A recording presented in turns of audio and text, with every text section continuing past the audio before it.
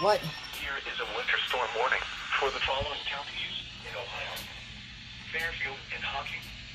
Winter storm warning in effect until 7 a.m. Friday. I just took these two out. Are you kidding me? Of 3 to 5 inches. Travel could be very difficult.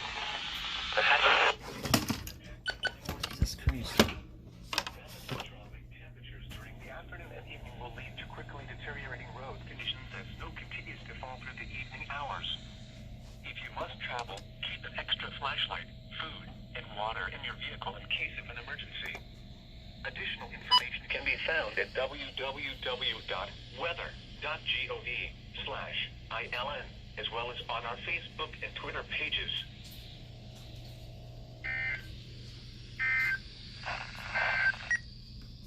Winter storm warning remains in effect.